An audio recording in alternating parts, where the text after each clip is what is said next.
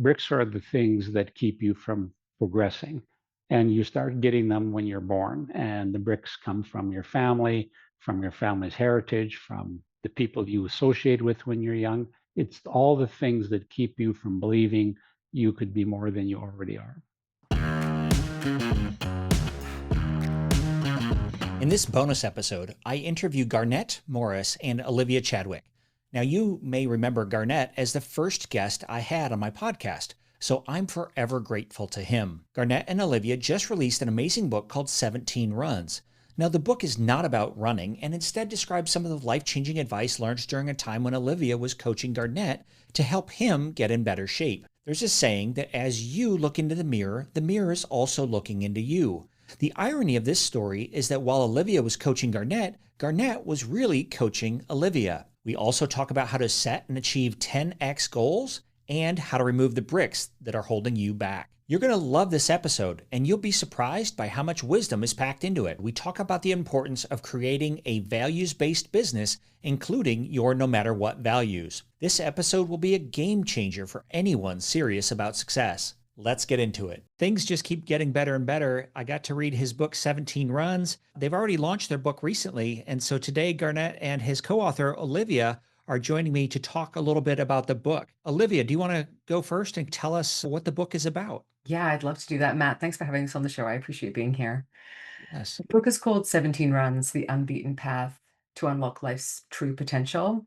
It sounds like it's a running book, but it's actually a book of life lessons. Garnet and I met back in 2013. I was his coach. He was an athlete and client.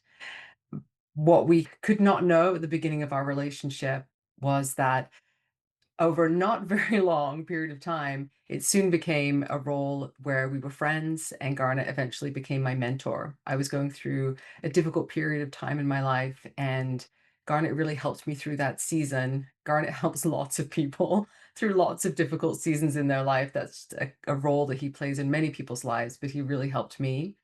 And he offered me a lot of wisdom through going through many of his own life challenges. And it was wisdom that was delivered through many, many runs together. We were training throughout that year for Garnet to be able to complete the 100-mile Kananaskis relay. And he got to complete the relay, but I also had the mission of overcoming a lot of challenges. And it was the wisdom that Garnet gave me throughout that period of time together that allowed me to do that. Garnet, where did you get the knowledge to share with Olivia? We were on a podcast earlier on, and I explained that if there's ever like a company formed of people that make mistakes, I'd be at least the vice president. So, I mean, a lot of stuff that I learned came from screwing a lot of other stuff up and finding coaches to help me relearn how to do different things. So, it's all a function of progress, I guess. And you had your own personal transformation before you met Olivia, or maybe it was about this time. Is that right? Olivia was part of the continuum. So when I started exercising, I was over 300 pounds, so I couldn't run, period. And then I evolved. By the time I was 45, I could run from one lamppost to another. By the time Olivia, I was running, shorter races. It got me thinking about doing the Kananaskis Relay, which is running in the mountains and Rocky Mountains. And so that was a step further than I'd ever gone before, or a couple steps further. We had a natural affinity to be able to have open conversations with each other, unlike anything I'd experienced before. She was not afraid of me, so she roughed me up more than a few times. Olivia, what was your first impression of Garnet? Again, a really good question. And I do actually share my first impression with Garnet in the book because it was so profound. We would meet always very early in the morning. So Garnet is a businessman. He has a really heavy work schedule. And so it would be 5 a.m. in Canada throughout the year. So if people are not familiar with how the weather is in Canada, we have really short days in winter and really long days in summer. So in the winter periods, it would be minus 30 and it wouldn't probably get light until about 9 a.m. So we're meeting at 5 a.m. It's going to be dark for a while and really, really cold. And I would arrive at that time, and Garnet was always ready to go, super punctual, energetic. So he obviously didn't just roll out of bed. If you get to see him in person, he is bald. He will be clean shaven, stubble free, and obviously well prepared for the work we're about to do. And this was amazing to me. It always struck me because I knew how difficult it was to get up at that time, but it was my job to be up at that time. So this is him choosing to be up at that time and not just show up in body, but show up mentally, show up emotionally, just a level of preparedness that I was not used to at all. So it was quite profound to me to realize, okay, there's got to be a link here. This person is very, very successful, is really committed to their work life, that they're doing these challenging goals outside of their work life and showing up in a way of excellence like nobody else that I got to work with. So the intentionality of that first meeting, and which stayed consistent throughout every single meeting we had over the year, is just one really tangible iteration of what it takes to be successful, and Garnet really embodies that. Garnett, where did you get that work ethic? I know that you're a member of Strategic Coach and you subscribe to Dan Sullivan's 4 Habits: show up on time, do what you say, finish what you start, and say please and thank you. Was that the catalyst, or was there something else that gave you this work ethic? I think that my mother instilled the work ethic by calling me lazy when I was young, and I didn't like those kind of challenges. So I think it's still very clear in my mind. I'm always measuring against doing enough, and I just like to be doing things. I think even through school, I always did everything I needed to do. I never slacked off, always did the work. And so then in life, it was a question of figuring out how to learn new things so that you could continually improve. But two things happened. One, I met Dan Sullivan, joined Strategic Coach. So that was when I was 40. That was the early part of my transition. And another one was meeting Willie Fournier, who came into our company and really instilled the benefits of values based businesses. Everything was from mission to critical success to doing what we say, basically instilling all your core values in your company. So those two things together were kind of my starting point at really starting a transition. Before you had the weight loss and that, what was going on in your life that you started to gain weight? And I know you were a smoker at one point, and then this kind of transition. So what caused you to drift? And then how did that value-based business help redefine who you are? So I gained weight every year from my time I graduated grade 12. So that was 22 years of gaining weight. And it's because I had bad eating habits and I smoked and I worked long hours. So then I'm eating junk food, and there's no alcohol because I'd stopped alcohol when I was 20. So it was all the wrong food and no exercise and no sleep and lots of stress. And so you just naturally gain weight. And so I gained weight every year. So graduated at 17. By the time I was 21, I was 230. And by the time I was 40, I was 330 or whatever. So it was just something that I do well. I can stay on a program. So my weight gain program, I was consistent. I gained weight every year. And when I started losing weight, I just was consistent. That's great. Olivia, you had your own transformation throughout this. Tell me a little bit about that. I mean, I could tell you a lot about that because it was in multiple different areas, and we certainly outline all the many of the different areas in the book. But if I had to pinpoint one that was the most meaningful to me personally, would surround the self-belief that Garnet was able to instill in me. There's a chapter in the book called Generosity.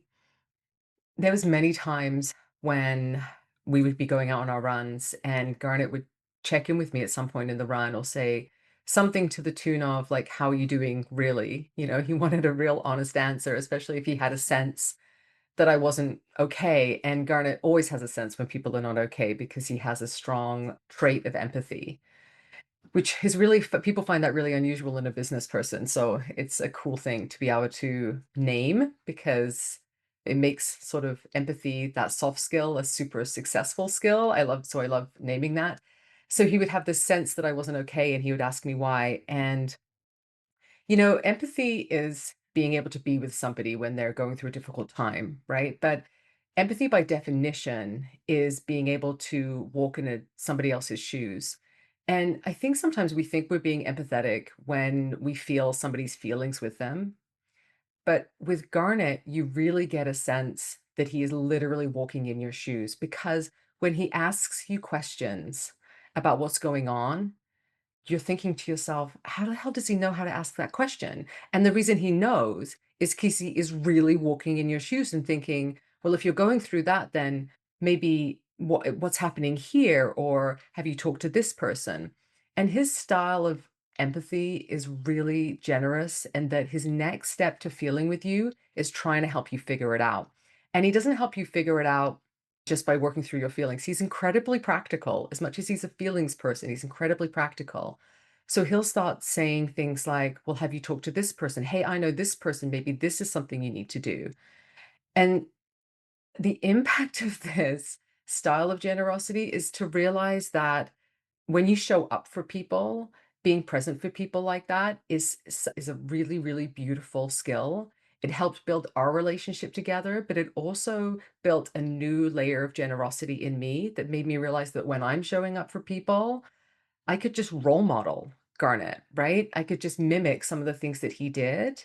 And it made me be able to deepen my relationships with other people in my life just by mimicking some of those traits that he showed me.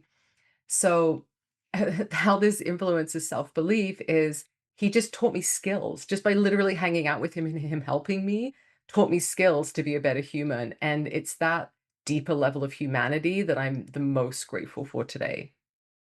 Can you share a couple of those skills?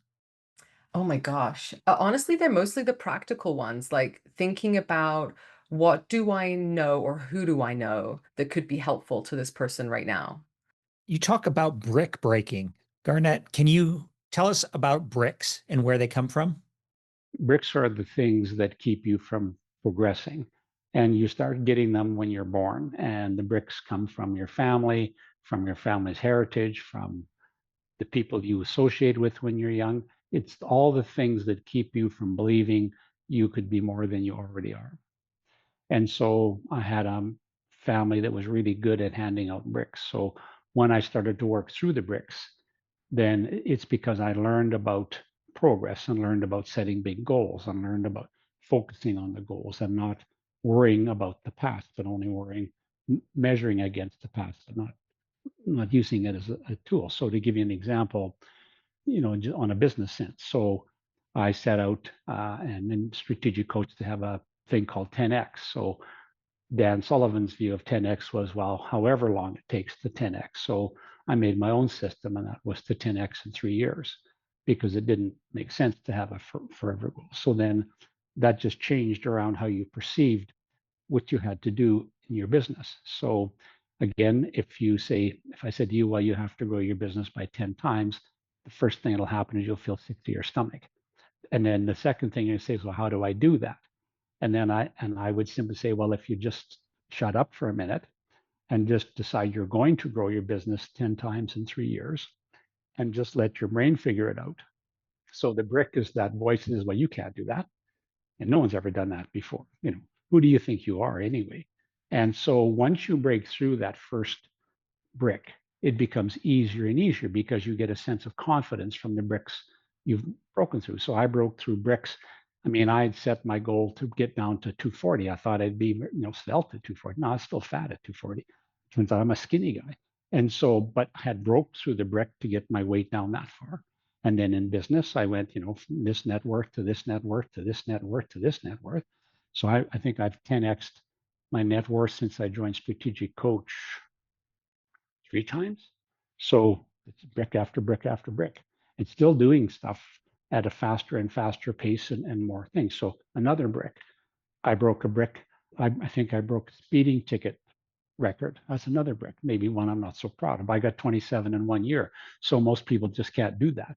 So I mean, that's maybe it's kind of a dumb thing to say, but I mean, we can break through these bricks in every aspect of our life by recognizing them, recognizing the feeling we get when we decide we're going to, a feeling of nausea and unease, and that's the brick.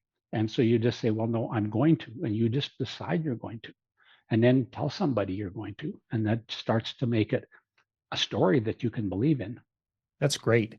As you were describing your family handing out these bricks, I had never looked at it this way.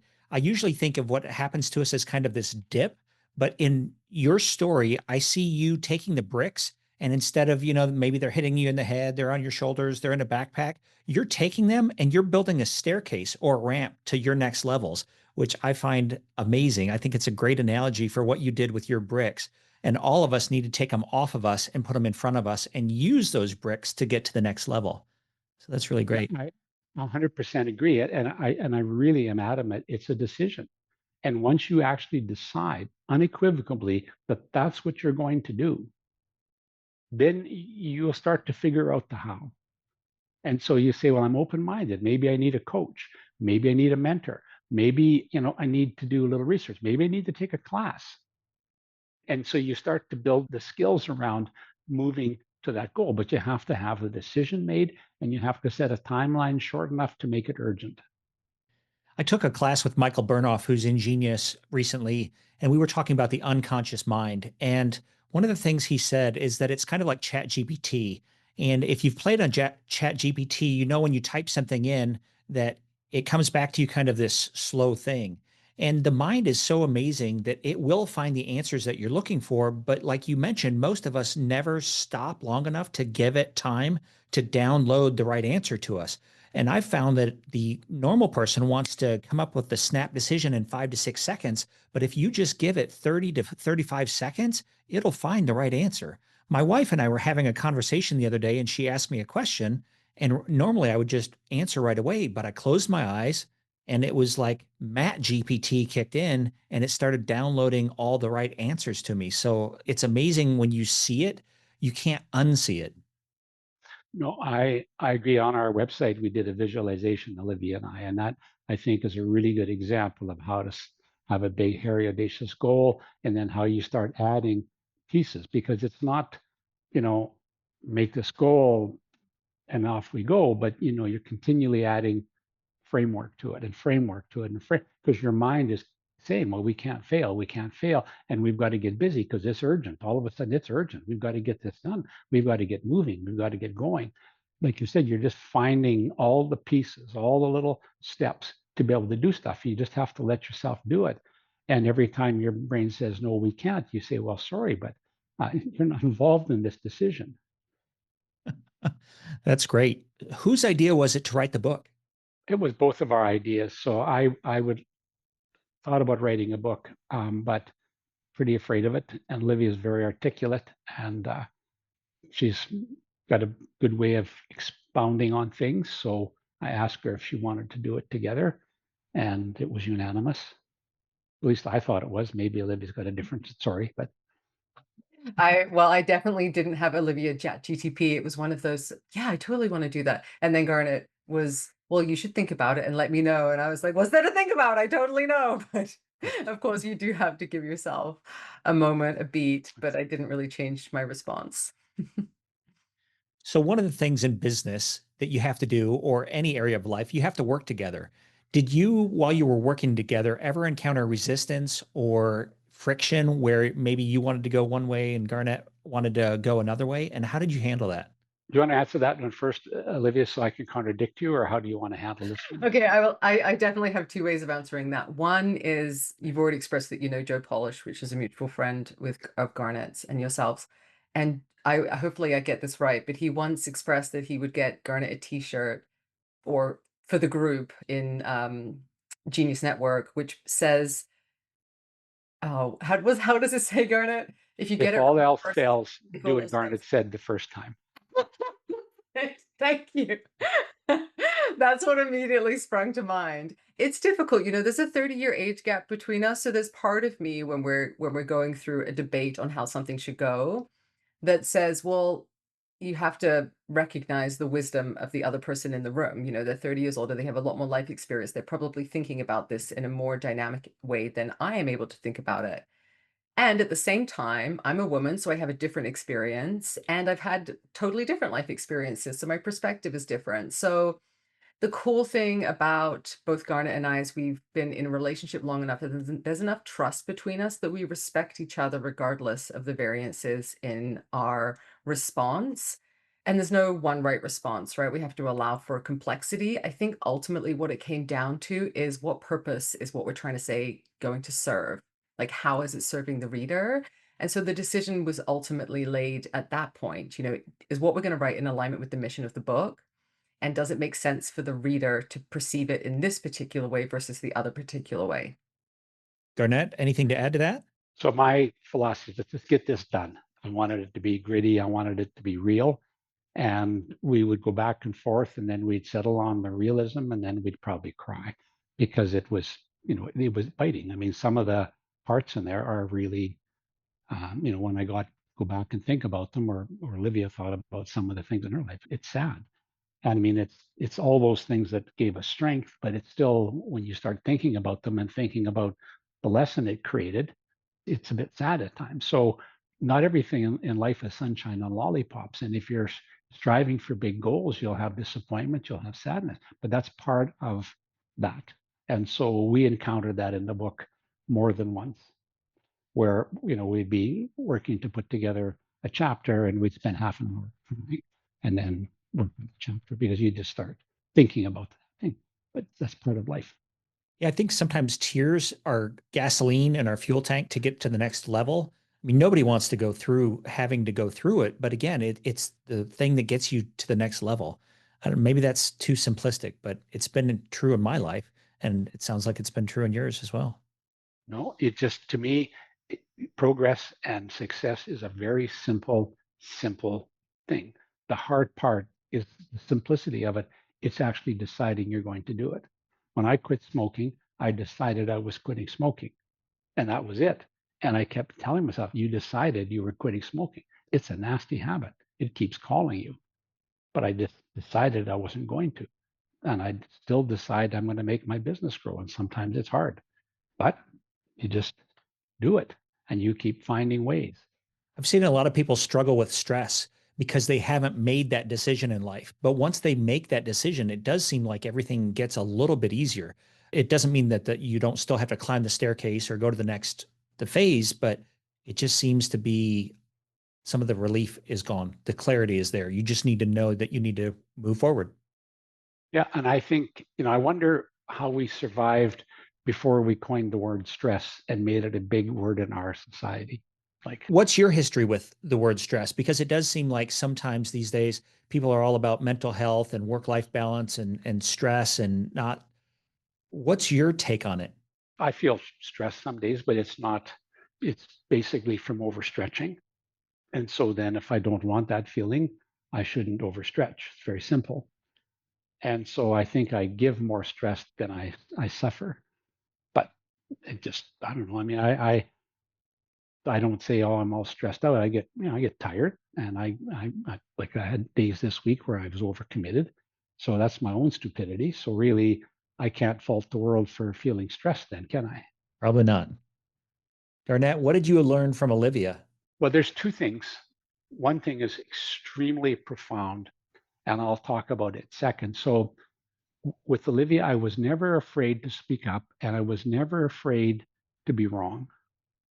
We could have a talk, and I could take a stand, and Olivia was not afraid to push back, and we would debate, and we would either come to a consensus or we'd come to non-consensus, but she was unafraid. But the thing that this one thing I admire in Olivia more than anything is her willingness to take a stand for herself.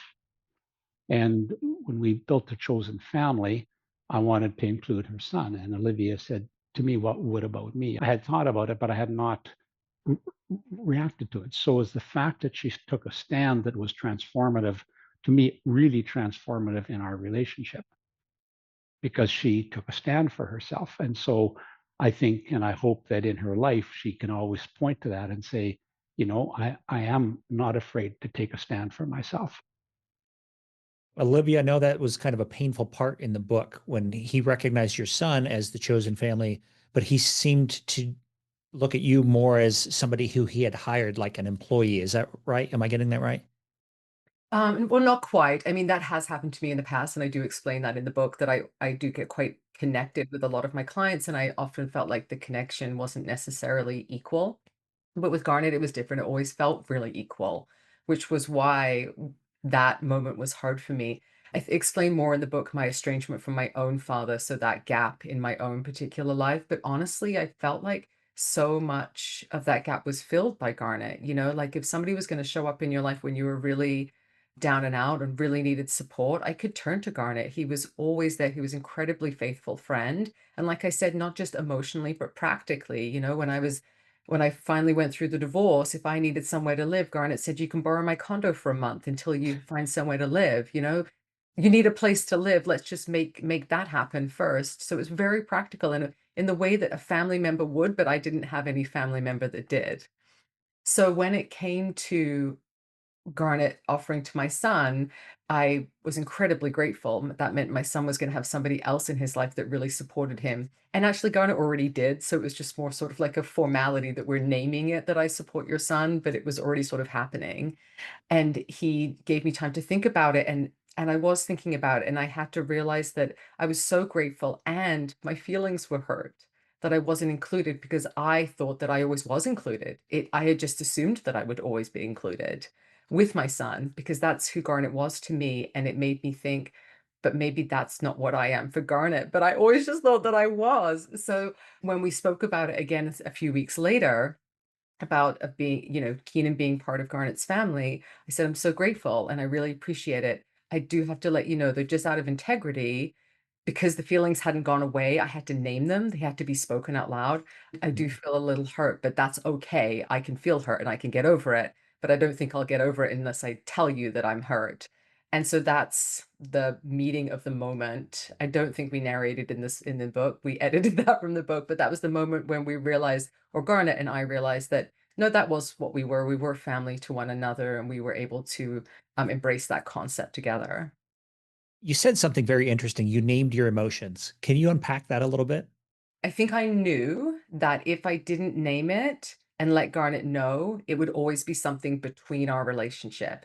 And I didn't want that to happen. I didn't want to feel disconnected from Garnet, even if that meant he was going to reject me by me saying, I feel sad that I'm not included. And I stayed not included. That would have felt like a rejection to me. But rejection, I feel like, is something that I can move through, but feeling resentful or angry that we hadn't named it would have been something that I know would have stayed between us, unnamed, and would have harmed our relationship. So it was more important that our relationship, I named it so that our relationship was intact moving forward. How are you different, Olivia, today compared to when you first started writing the book?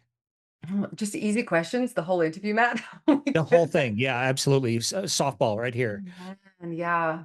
It's a great question. Oh my gosh.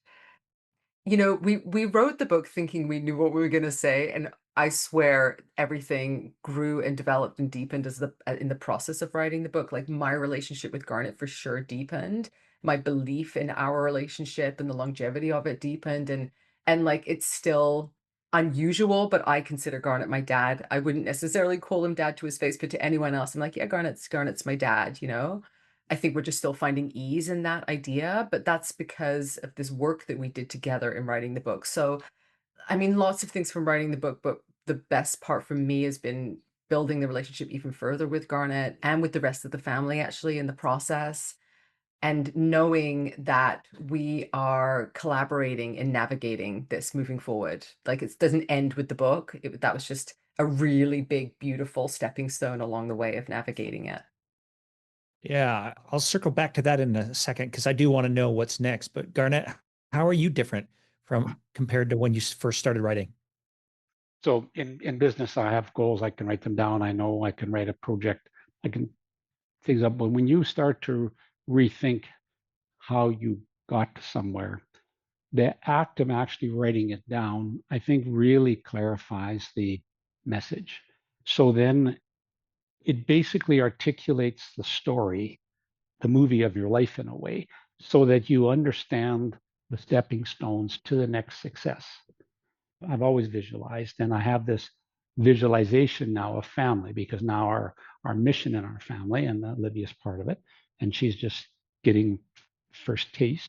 But it's to visualize that that all of us are walking down the beach holding hands, and that each person is looking to the next person to make sure that they can keep up so that the family is moving as one because we have very complex businesses with 30 different companies, and it's the family that has to take over the oversight I mean, we have staff, but it's still at some point that has to happen. And you have to have everybody really values based and really same hymn book, or you'll have a disruption. And you can't have a disruption because that affects the softer kids. Having written that book, you start to articulate kind of how all those things work. And so now we're going right back to the beginning and doing value-based work for all of the different things. So we'll be a values-based company, values-based family, and we will function as one. And so by doing that book, you get to articulate all that. And in terms of next steps, I mean, I think it's more what Olivia sees. I have no desire to be famous. I liked it before I was on social media, and now I'm not. And now I can't avoid it. So I think it's more what Olivia sees for her to be able to articulate her vision of the world within the value framework that we have as a family, I guess would be the best way to put it. All right. Cameron Harold has a tattoo and it says walking each other home. And I love that concept. Like you said, you're walking on a beach together and everybody's kind of in step, but we really are kind of walking all together through this journey called life. Some of us are a little bit ahead, some of us are a little bit behind, some of us, maybe right where we should be, maybe not. I think that's great. Tell me more about this value-based business idea and how that works in a business and how it might be able to help an entrepreneur make their business better, or even some of our students who may be listening to this as paramedics or EMTs. I love values. So I have my values. I have a sheet of values. I carry my sheet of values everywhere. It's a constant reminder. None of us are perfect, but we can work forward. But at Genius Network, there was a lady there that runs classes on values. And I just got to get that out because the way she put that. So her whole thing is when it comes to values, values are your no matter what. So we have one of our values is generosity. We are generous no matter what. Bad day, good day, just had a downturn in business. It doesn't matter. No matter what, we're generous. And I love that saying, that phrase. So when you think about your values, honesty, no matter what, loyal, no matter what, adaptable, no matter what. And so you just go through your no matter what's, and those are your values. So when you say in a business, you're an educator. So you are going to educate the best paramedics in North America, no matter what. And I do this by having the best teachers, no matter what. And I do this by making sure I've got students who really want to be there, no matter what. And so you start to think about those things in life, and it's pretty crazy. Olivia, do you have anything to add about the values? Did you take anything away from that during either the writing of the book or did you see this throughout your journey with Garnet? I mean, I think, going back to that, when you talked about the referability habits at the beginning with Dan Sullivan saying please and thank you, showing up on time, doing what you say and finish what you start. Those referability habits are values aligned. I think, they align with integrity and honesty. And I actually believe that those are the reasons why Garnet and I connected so deeply. Like, yes, we have like a communication style that's really similar, and we're quite emotional beings and we connect on an emotional level and we have similar pasts. But to get there, we kind of had to have the referability habits first. We needed some mutual trust. And it was just through sort of more tangible factors like the referability habits. So, if you're going to have deep connected relationships, I think there is a way to show up that's values aligned. And that's what helped Garnet and I meet on a mutual level energetically at the beginning. And then everything beautiful unfolded out of that. I mean, ultimately, the best thing we're going to take us along the beach is the relationships that we have with each other. And it's the values and the way our values show up in the world that is going to allow that to happen. That's really great. I like that. So, what's next? You've written the book. What do you see as the next couple steps? What are the next phases? I know that you guys have been on a lot of podcasts and doing a bunch of interviews. Where do you see this going? I mean, for now, we Garnet and I really feel committed to getting the message out there, getting the message of the book. And we're doing the interviews to share more of the backstory so people can get, when you write a book, you edit a lot to make it make sense and for it to flow and be coherent. But our work now is to give you even more information and give more tools. So if you head to the website, You can get our visualization masterclass because we wanted to give you something actionable that you can do to start to make these life lessons real in your everyday life and how you can apply it. And of course, everyone learns differently. So we want to do more work to bring more of this information, this wisdom that Garnet has in particular, forward so that people can really utilize it. That's great. I love that. Most entrepreneurs are action oriented. What should they do over the next 7 days as a result of listening to this? What would you recommend? My view is, so first thing you have to ask yourself in business is, to what problem are you a solution? That's number one. And if you can't tell people what problem you're a solution to, you should never be in business. You won't succeed. And then the next thing is, once you understand the problem you're a solution to, how do you be the best? Because nobody wants to be, you don't want to be the seventh best school. You want to be the best school. So let's just cut to the chase and say, that I am going to be the best solution for anybody wanting to be a paramedic in North America. That's it, best, not second best, not third, best. And the critical success factors for me being best are best teachers, best students, best screening, best training. So name them. And now you say, and I want to be able to turn out 1,000 students this year, 3,000 students next year, 6,000 students the year after, because I'm going to solve the shortage of paramedics. So that's it. It's that simple. And for those of you who don't know, Garnet, you had the largest insurance company in Canada. Was that right? Yeah, yeah, So you had by the a best. large one. But best ideas, best team, and we didn't really care if we were best friends with the rest of the industry. Have you ever thought of doing coaching or mentoring? I love mentoring. I'm really, I have a few people that I mentor now through Genius Network. I'm not a skilled organizer, so it is more an hour of like really intense conversation, and then maybe we can talk again in a couple of weeks. And unfortunately for Olivia, she's been on the receiving end of a few of those, and I think she can probably tell you that kind of stirred her up for a whole day or two. And mentoring is something that we're doing with everybody in our family has a mentor, and every one of our senior executives in our company has a mentor. Are they then mentors to other people as well? Mm-hmm. Up and down, yeah. So I am happy to mentor. I'm happy to mentor. I've been so fortunate because I've had mentors, and so I'm happy to give that back, as is Olivia. But I also still have mentors because there's still so much that I haven't learned. Olivia, what was that experience like having him as a mentor? I mean, it's probably the same question I've asked 6 or 8 times, but I mean, he said he stirred some things up. Yeah, I mean, there's two styles of Garnet's mentorship. One is showing up emotionally, which is incredible, and then there's the other side, which is showing up practically. And Garnet's rate of idea generation is faster than ChatGTP. So, and he would often say, "I'm going to give you 100 ideas. It's your job to sort out which one's the one you're going to take action on." So it requires a lot of discernment on your part, but he will generate ideas that you would never have thought about, and your limiting beliefs certainly won't have allowed you to think about it all. And then he'll usually select the one that seems in alignment with your biggest limiting belief and say, you should do that one. That's the stir you up part. You have to have the job of removing those bricks to make that vision happen. Yeah, exactly. Then it very much is on you to do the work, for sure. And As I'm it not all of us. opposed to taking a run at the bricks of somebody else too. I mean, but it's in my own way.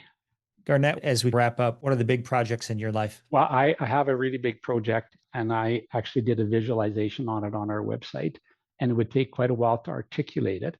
And I'm not just trying to drive people to the website, but I'm actually going to try to help the state of Mississippi move up the health tables by 25 spaces over 3 years. And I'm going to work with the hospital system, and I've figured it out kind of a plan. I've been sending it around to other people, and people have been editing my plan and adding to it and giving me pointers. So I'm down there next week, and we're going to start to organize the launch. So that is my big goal right now. And I did a visualization on it, Olivia and I did it. And so you can actually go through, and it's kind of a messy process when you start to think about trying to do that, because there's lots of places to fall on your face. And so, and I don't really want to do that because like then you scrape it. So so that's the thing. So I'm doing that.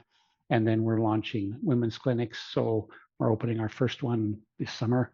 That's another big project. So, and each one I can tell you what problem we're solving. I can tell you, like Joe Polish says, I start off everything by figuring out what's in it for the end user. Mm-hmm. So where the women's clinic is, I can tell you, is that menopausal and postmenopausal women are badly served by traditional medical things. And so then there's a business there for people in kinesiology. There's a business there for people in nutrition. There's a business there for people in medicine.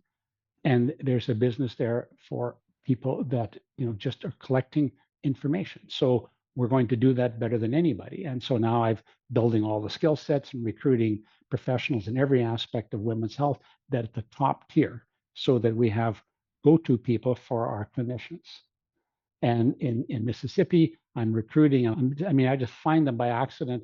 Someone who's a 3-time world champion bodybuilder is from Mississippi, and someone. So, oh, I'd love to go back and help do that. And someone that ran milk campaign. Oh, my best friend's in Mississippi doing this for childhood nutrition. So they show up everywhere, and to put all that together and to try to build a common cause is exciting. And it's scary, but to hell, just go for it. Yeah. One of our friends in Genius is building a health app, and I'm helping coach and mentor him. And he may be able to help in some way with that. But you're right that when you share what you want to do, people start coming forward to help. It's an amazing thing. It's really With cool. human nature. And then if you're, I mean, in chosen family, the circle of people you're in is what dictates your success. So you go to Genius Network, you go to Strategic Coach, everybody there is like-minded. So everybody's there just happy to chip in. Now, some do what they say and some don't, but that's okay. That's human nature. But people show up, and that's what we should all be doing in our society. Absolutely. As we wrap up, is there any question that I haven't asked you that I should have, or anything else that you want to share related to the book, to life, philosophy, values? That was you, Olivia, he's asking. Oh, honestly, not you've come up we've done several interviews now, quite a few, and you've really come up with very different questions than other people. I think everyone's had different questions, but you also certainly come from a different place. And I've really appreciated that. So thank you for asking those great questions. Thank No you. ducking the question, Olivia. You ducked the question. Yeah. But that's a skill of being an interviewee, Garnet, don't you know? Is you answer the way that you want to. That's Well, right. I'm going to You give it. answer the question. Sorry, you answer the question you wish they would have asked, not the one they actually did ask. I'm going to get her. I'm going to get her a chicken suit for Christmas. I'm starting to see what it's like to be coached and mentored by Garnet, and to see the rapid fire cadence that comes out of his mouth. Mhm. Because she can't hit me from where she is because she's like 1,000 miles away. But I have one closing thing. So when you think of a mission, don't think of sending in the armed forces. That's the way we tend to think. We have this big thing. Think of Gandhi and how Gandhi created democracy in India. And so I was talking to a friend of mine, and he's mission driven. He's got his PhD in theology, and he wants to start a movement around kindness. And I said, don't try to start, trying to do this.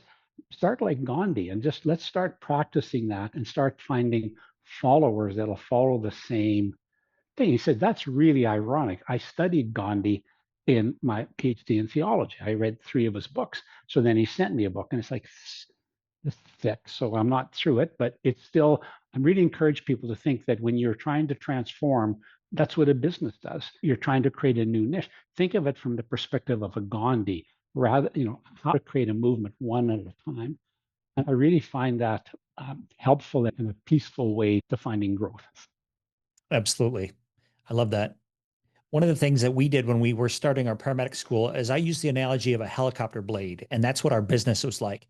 If you think about the blade of a helicopter, it starts out really, really slow, and a lot of energy goes into that first inch that it moves. And then it starts kind of getting this rotation, and then it starts getting momentum, and pretty soon it spins faster. With enough momentum, you can get this thing to take off and get it to go wherever you want. And to me, every business is like that. Your movement in Mississippi is going to be like that. Your book was probably like that. It was probably painful to write the first couple sentences or paragraphs, but then after a while, the ideas kind of started flowing a little bit better. I found the book painful all the way right to the end, but that's okay. Business can be that way sometimes too. Yeah. In a good way. But Yeah. Well, if people want to find out more about either of you or the book, where should they go? go ahead, Olivia. You can do way better on this. That's usually my line. The best place to find us is probably on the website. Our website is www.1717, the number runs. So it's 17runs.com. We're also sharing more videos, a little bit more behind the scenes action on our Instagram social. Is at Life Lessons on the Run. Well, this has been terrific. I think our audience is really going to have a lot of value from this. I know I got a lot just in this short time together. So thank you for both for taking the time to write this. And honestly, I have read a lot of books, and the way that this book is written is so attention grabbing right from the beginning. Olivia, you do an amazing job of describing the story and then the lesson, and then the story and the lesson. And it's hard to describe. It's not a running book. So if you're thinking it's just about running, you're missing the whole point of this thing. So thank you both. Until we meet again, I appreciate it. Yep. Thank you very much. I Yeah, appreciate your time. Yeah, I appreciate you, Matt. It's really fun. Thanks. Hey, real quick, we're building a community of entrepreneurs helping entrepreneurs. These are people just like you who want to start or grow their businesses and are ready to take the next step. If that sounds like something you want to be a part of, sign up and join us today.